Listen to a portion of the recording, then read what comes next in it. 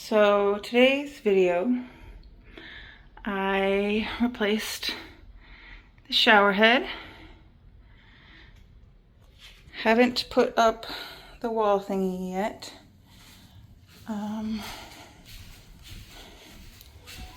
Shadow helped clean the windows. I think next time I am going to put some of the rainbow film up on those windows for a little bit of privacy.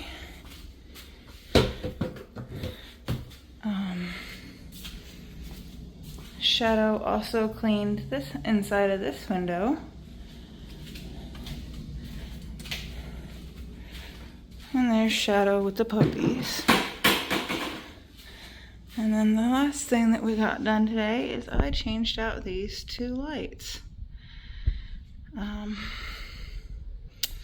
That's about all I have for today, but I'm really happy with them. I need to adjust the length on them a little bit, but they're so pretty.